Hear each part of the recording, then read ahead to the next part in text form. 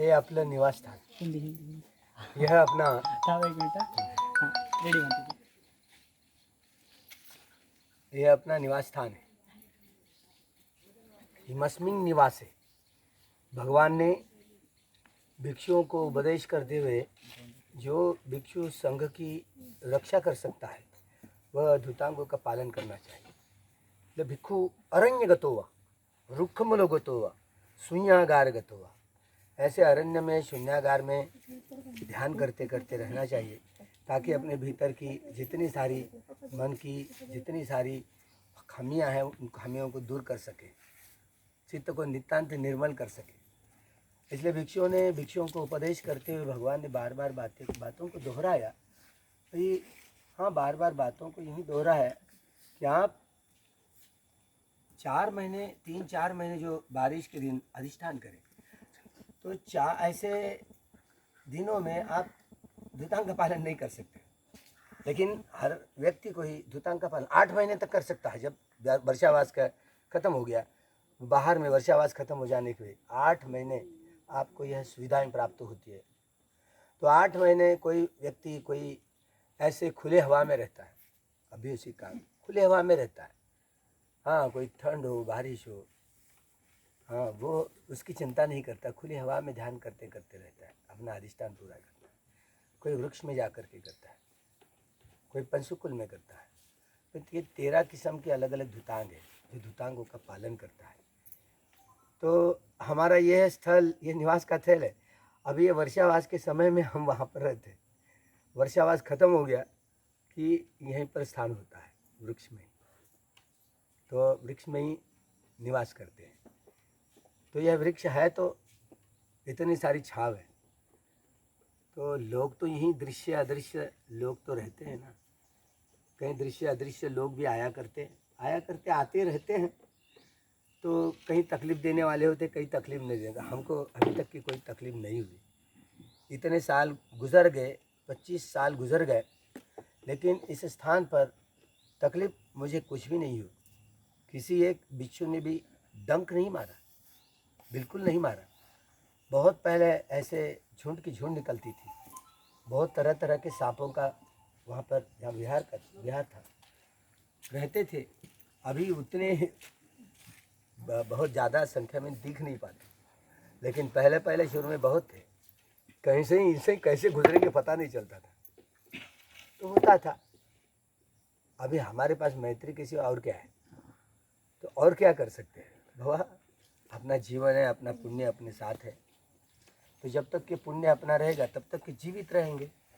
जब पुण्य खत्म होगा तो यहीं पर मरेंगे, यहीं पर अपनी काया को त्यागेंगे, यहीं पर अपनी काया को त्यागेंगे।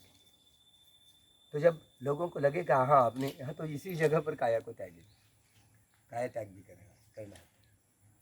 समय है, इतनी जल्दी नहीं, समय है उसके लिए। तो जब भी काया त्याग होगा इसी स्थल पर होगा। जन्म का ठिकान पता नहीं, हम नहीं जानते, लेकिन हमारे पिताजी ने जब बदला इसी जंगल में, एक काउंट का झाड़ है, वृक्ष है, इसी जंगल में जन्म हुआ, पेड़ के नीचे। पेड़ के नीचे रहना भी है, पेड़ के नीचे भी अभी मरना भी है, और क्या करेंगे। तो ये वृक्ष, कितनी सारी बिल्डिंगें रही, कितने सारे महल रहे, लेकिन बहुत फीके लगते हैं। यहाँ आए तो ये पुराना 500 साल का यह महासौण बोधि वृक्ष, जिसमें नारद सम्यक संबुद्ध हुए, अनुमदस्सी सम्यक संबुद्ध हुए,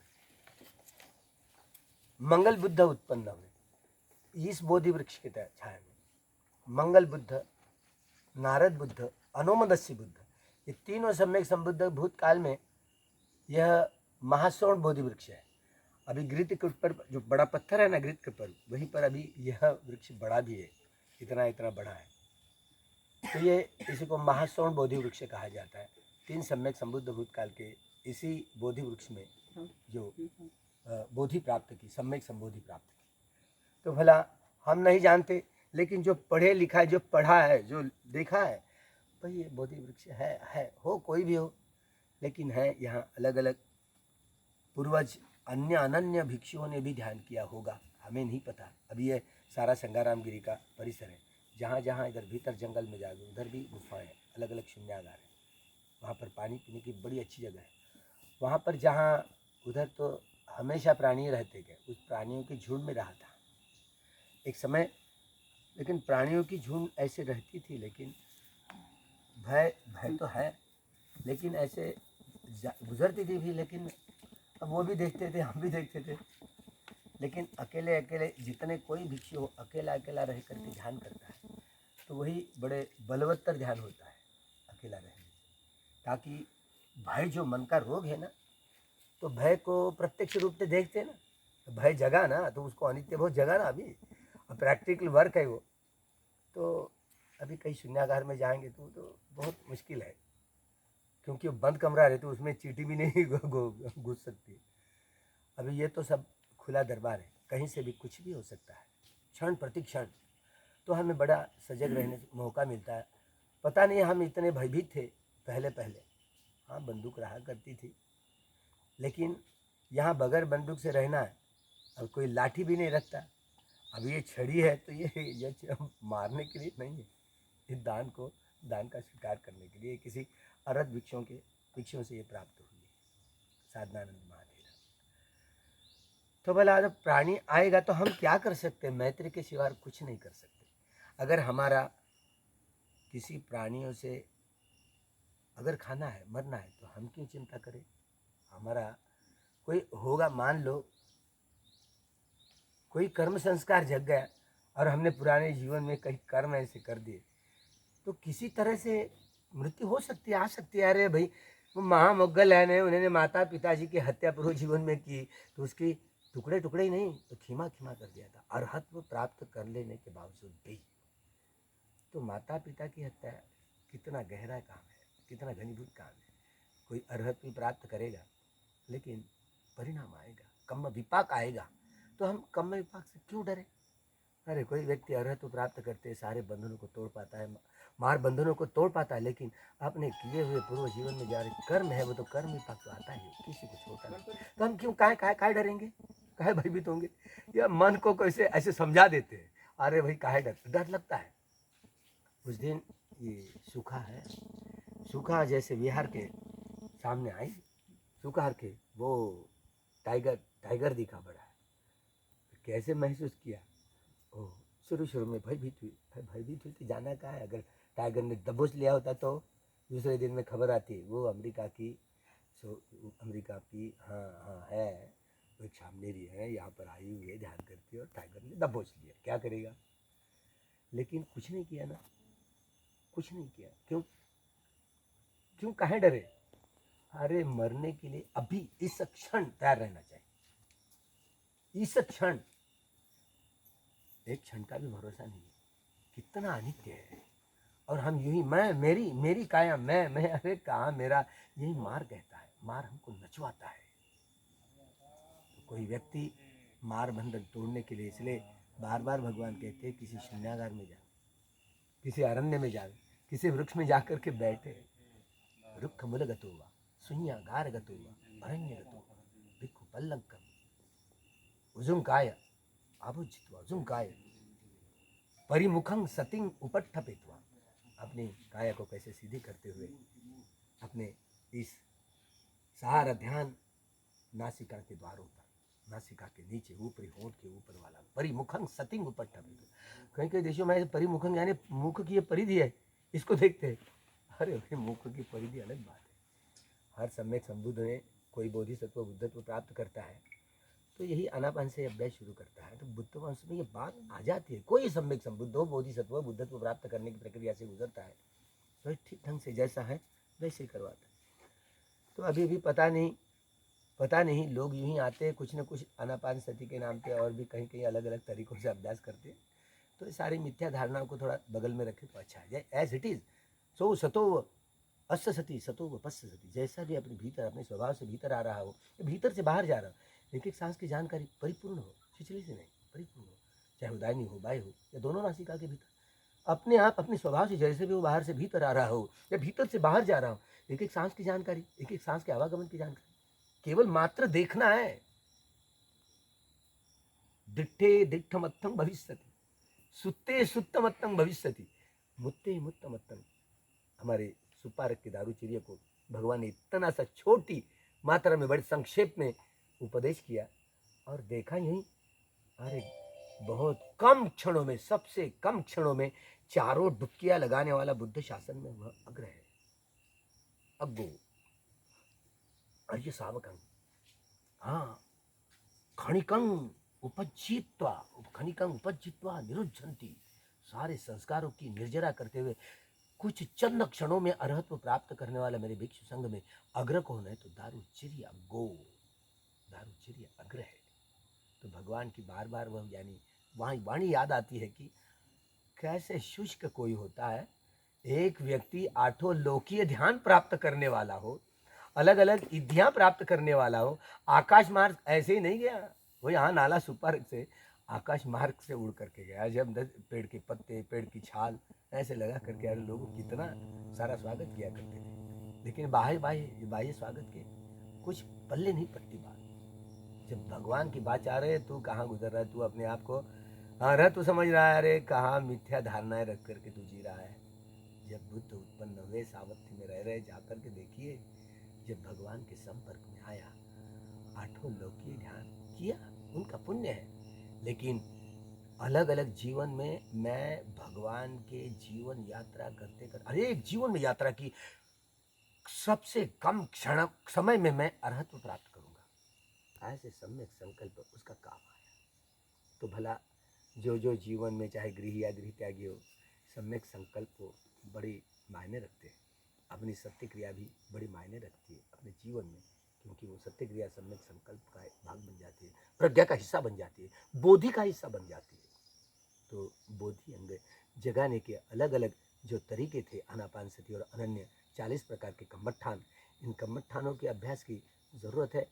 अलग अलग जाकर के कहीं कहीं भिक्षु, चाहे वो गृह या गृह त्यागी हो, तो इन कम्मठानों का भी गहराई से अभ्यास करें, ताकि हम सार्वजनिक रूप से अलग अलग व्यक्ति के मानस को देखते हुए, अलग अलग व्यक्तियों के स्वभाव को देखते हुए, उनके अलग अलग या शमत भावनाओं की कम्मठान को वितरित करना, उसमें खनिक उपचार और अर्पणा समाधि तक पहुंचाना, ये सीधी सरल बात नहीं है। गहराई में जाए तो ऐसे आचार्य और भी मिल जाएंगे, तो और भी बुद्ध शासन और भी प्रौढ़ होगा, बड़े बलशाली होगा। हर सम्यक समृद्धि के काल में जैसे 24 असंख्य 1 लाख इतने सारे लोग लाभान्वित होते हैं, मनुष्य देवता लोग, तो 13 असंख्य 1 लाख इतने सारे लोग लाभान्वित होते बुद्ध के काल में, प्रथम बुद्ध शासन में। पता नहीं दूसरे बुद्ध शासन में बाकी जो बचे खुचे 11 लाख जो बचे खुचे, वो निरंतरता जब अभ्यास में, जब 5,000 में 2,500 साल तो निकल गए, ये 65 साल भी निकले जा रहे, 3,000 साल तो अभी जो बाकी जो बचे खुचे हैं। तो भला जो भी जिन लोगों ने मनुष्य देवता लोक में जन्म लिया हो, जिन जिन के 10 पारमिताओं के घड़े परिपूर्ण भर गए हो, इसके बावजूद भी जो जिनके जीवन में कल्याण मित्र की उपलब्धियां प्राप्त हुई है, तो वे व्यक्ति इस बुद्ध शासन में लाभान्वित होंगे और बुद्ध शासन की यही पराकाष्ठा होगी, जो कि अंतिम क्षण तक, जब तक कि बुद्ध शासन का समापन नहीं होगा, सारे महास्तूपों की अस्थियां, धातुएं, सारे स्तूपों की, महास्तूपों की धातुएं निकल करके, वह धातु नित्य होती है, अनित्य नहीं हुआ करती है। हम नहीं जानते, उस धातु को देख सकते, ये बुद्ध का ही रूप मानते हैं। बोधि वृक्ष को देख सकते, ये बुद्ध का ही रूप मानते। क्यों मानते? आखिर बुद्ध रूपं सकलं सदा। तो हमारी श्रद्धा बड़ी दृढ़ होनी चाहिए, सम्यक होनी चाहिए, मिथ्या ना हो। बुद्ध के गुणों के, सद्धर्म के गुणों के, संघ के गुणों के प्रति जैसे जैसे गहराई में तपेंगे, तापस होके तपने से ही अपने को पुण्यवान कहलाता है, पुण्यवती कहलाती है। और जहाँ जहाँ वो जाता है तो धर्म के तरंग को छोड़ जाता है। आप लोग आए हुए हैं, जो भी यहाँ पर आए हुए, हसीते पीते खाते सही संपजानकारी होते, संप्रजन्य यही तो प्रगति पर ले जाने वाला मार्ग है। संप्रजन्य न रंचते, हसीते पीते खाते साहित्य संपजानकारी होती। तो यही धारणाएं जब तक ऐसे शून्यागार में हो, जंगल में हो, कोई अरण्य में हो, वृक्ष में हो, बैठ करके जब आप ध्यान करेंगे तो असलियत का पता चलेगा। क्षण प्रति क्षण ये भय के संस्कार जागेंगे, और भय के संस्कारों की निर्जरा भी देखते देखते हो जाएगी। अभी देख रहे हैं ना, इतने सारे लोग हैं ना बैठे हुए, इनकी अभी तुलना जो मैं जो समझ रहा हूँ, सूखा है ना, बड़े दिल वाली है, वो डरने वाली नहीं है। वो कहीं पर भी अकेले रह सकती है, जंगल में रह सकती है। अगल बगल में टाइगर है या कुछ जानवर है, वो भागती नहीं है। नहीं भागते, डरते। अभी यहाँ उस दिन आया, यहाँ पर टाइगर गया आया 3:30 बजे जगह, लेकिन इतने डरने वाली नहीं, डरपोक नहीं है। मतलब धीरे धीरे एकदम से ऐसे मानस नहीं होता। अभी लगभग 25 साल से वो अभ्यास कर रही है। तो भले जो जो अभ्यास करेगा, परिश्रम करेगा, पुरुषार्थ करेगा, ये धर्म रूपी धर्म लाभान्वित हो जाएगा, निश्चित रूप से लाभ होगा। तो जिन जिन के 10 पारमिताओं के घड़ों की परिपूर्ति हुई हो, उनको जरूर रूप से, निश्चित रूप से उनको कल्याण मित्र की ये उपलब्धियाँ सारी मिल जाएगी। और रास्ते पर चलते चलते जो भी मार बाधा है, उन मार बाधाओं का कैसे दूर करना है, कैसे दूर करना है मार बाधाओं को, वैसे मार्गदर्शक मिलेगा, कल्याण मित्र मिलेगा।